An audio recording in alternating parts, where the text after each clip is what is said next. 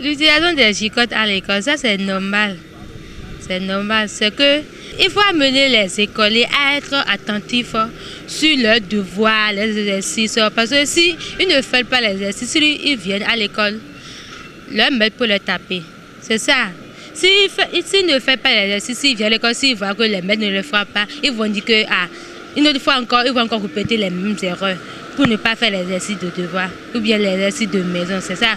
C'est pourquoi l'utilisation des chicottes là, c'est nécessaire.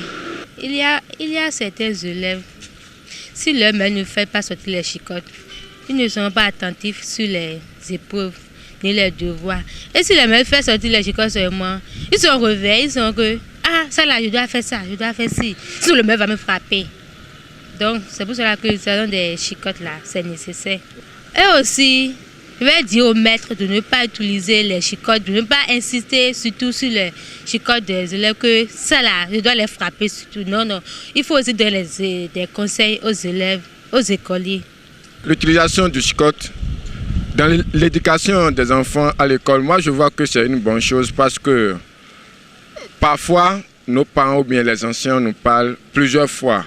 Mais le constat est que beaucoup n'arrivent pas à garder ce que la maîtresse ou bien le maître le disent. Mais quand parfois ça frotte le corps, je crois bien que ça, on garde les choses vite.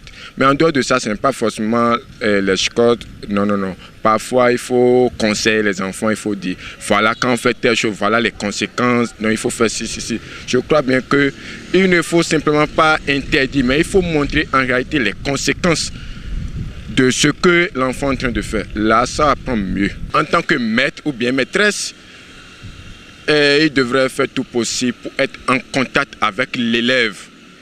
Il devait être en contact avec l'élève pour voir réellement le problème de l'élève. Parce que très souvent, il y a des enfants qui parlent mieux de leur situation à leurs professeurs ou bien à leurs enseignants plus qu'à leurs parents à la maison.